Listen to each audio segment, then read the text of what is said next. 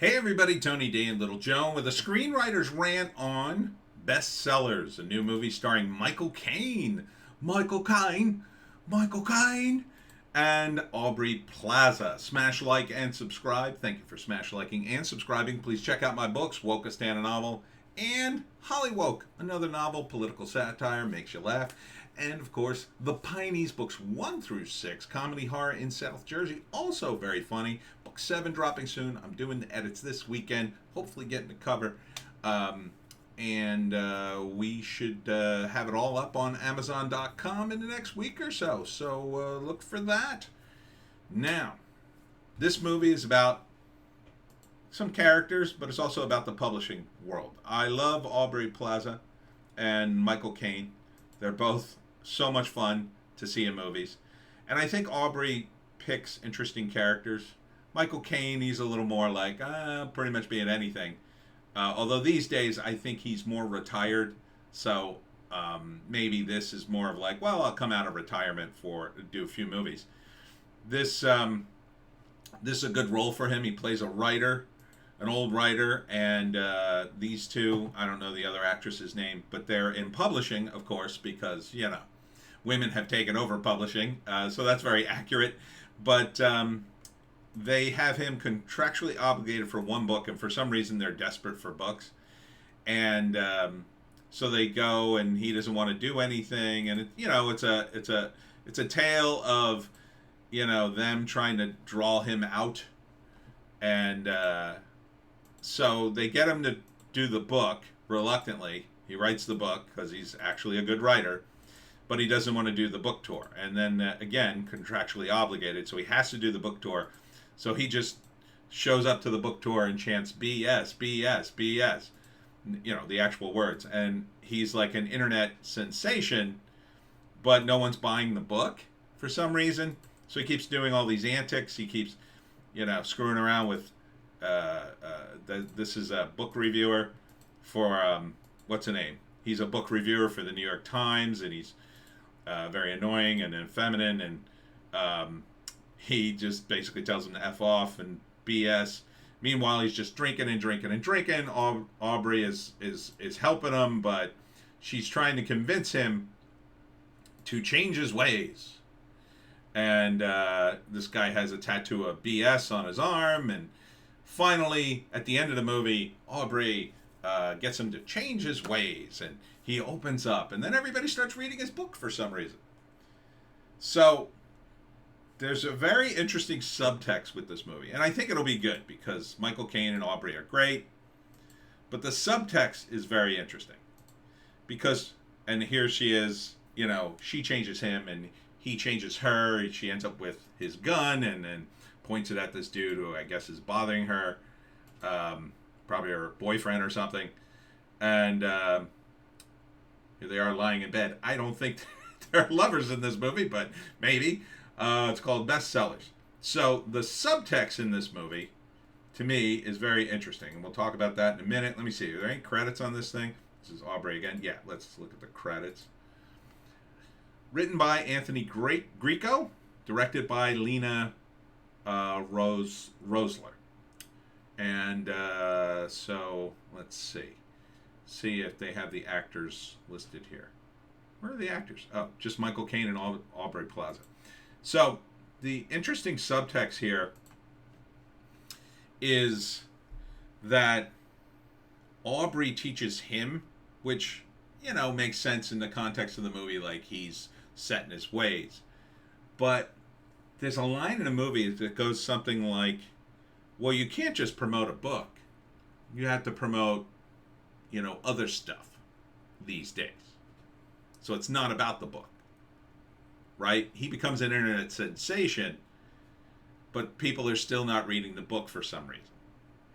But then at some point, they somehow do that. The problem with that subtext is, number one, it's again all about, oh no, the youth have so much to teach us. See, it's all about life experience, but Michael Caine has more life experience. He's the old guy. He should be teaching her, and he does, but she teaches him, I think, more because it's all about the publishing world. But the publishing world is completely dysfunctional in my view. And it doesn't work. You know, he gets 20,000 Twitter followers, she says at one point. So what? Those people don't buy things for the most part. You can get thousands and thousands of followers. Marvel Comics, the first thing they did, and DC2 and some of the other companies, they started asking people, well, what's your Twitter following? And they started hiring people with massive followings. It didn't translate into sales. There are literally writers with hundreds of thousands of followers on Twitter. They can't sell more than 5,000 of their own book. That doesn't translate into sales. And these are comic books. They're not books. You know, the hardcover books, the high-end books like the kind these characters are selling, which would command a price of like $35 or whatever, and you'd have to order it in a bookstore or on Amazon. No, these are comic books. They're still too expensive, but you could probably get one for $5 or $6. Easy. And people still didn't buy them. Hundreds of thousands of followers. And all you would need, if you have 500,000 followers, you would only need 100,000 followers to buy your comic, and it would be a huge hit in comics now because sales are in the toilet. If you had 50,000, it would be doing pretty damn decently. If you had 30,000, it would definitely keep going. They couldn't get above 5,000, a lot of these writers. So this is like a commercial for the same stupid strategy publishing has been using. It doesn't work. What Michael Caine was doing would work. Because if people like you as a person, they'll buy your book because they want to support you. People on Twitter with hundreds of thousands of followers, generally, they're usually not liked. Not really. They're too busy. First off, they're too busy tweeting, and the whole Twitter sphere is just an absolute S show. But beyond that, they're not all that popular. And 100,000 on Twitter is nothing, really, when you get right down to it. I mean, I have about the same amount of followers on Twitter as I do on YouTube. About 2,000, 2,200, somewhere in that neighborhood. If I had 100,000 followers, it would be different for me because I don't just, some followers I just undo. I just get lost because I want people who are actually, into me to follow me. I'm not interested in people who are going to criticize me. Why would I want them? I'm not interested in having a dialogue where I go back and forth with people and scream at them. I'm probably already on ban list for supporting things like Comicsgate or my various political opinions, but that's neither here nor there. The point is, this strategy kind of doesn't work. And another strategy that Marvel seemed to use is this idea of, well, if the young have so much to teach us with their life experience, and Marvel put this into practice by hiring people who have never written comics before. Hey, would you like to, are you into comics? No. Do you read comics? No. Well, I noticed you had blue hair. Would you like to write a Marvel comic? Well, not really. Perfect. You're hired. Who do you hate more, the Spider-Man or the Incredible Hulk? Well, if I had to choose one, I guess the Incredible Hulk. Perfect. We'll have you write the Incredible Hulk. That's kind of the way their hiring practices are right now. And then the writer, of course, would be like, well, can I make the Hulk a skinny emo kid who hates everybody? Oh, we insist. Because that'll really piss off the fan base and get us a lot of traction in the media. Sorta, kinda, hate clicks. But hate clicks doesn't translate into sales. Who wants to buy something you hate?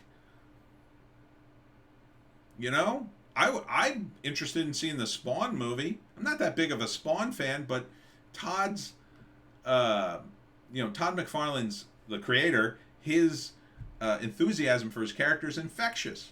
He loves it, and I like him because he's positive about his character.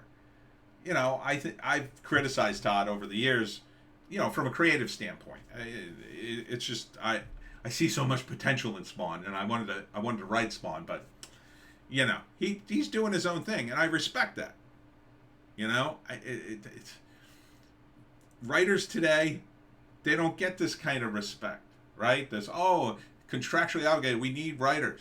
That's not the kind of writer they would bother to do all this work for, to go get, some old white guy. And not in the world of publishing. No, no, no, no, no. It'll be like, hey, see that person on the street? Hey, you down there with the pink hair. You ever write a book before? No? You want to write one? Not really. Great, come on up here. We'll give you a contract. Pay $50,000 to write a book.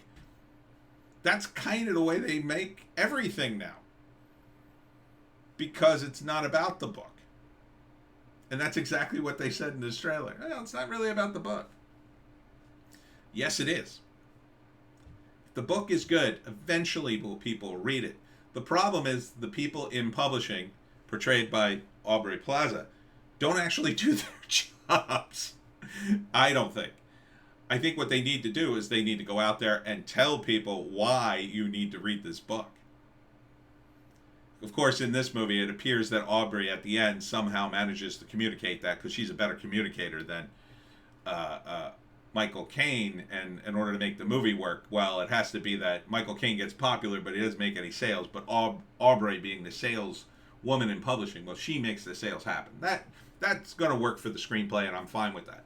And I kind of want to see this movie, but in terms of the real world publishing, it's kind of funny that you see glimpses of the truth in this, but it's also a convention. It's a movie. You got to put aside certain things, but it's just a funny take on the world of publishing. It would be very interesting to do an actual story about a woke publishing company that's just publishing nonsense 24/7, and one character trying to turn it around. That would be great. That's kind of what we did, kind of what I did in Hollywoke, another novel, but with the movie industry, right? The woker the movie was, the more it gets pushed to the top, even though it's losing money.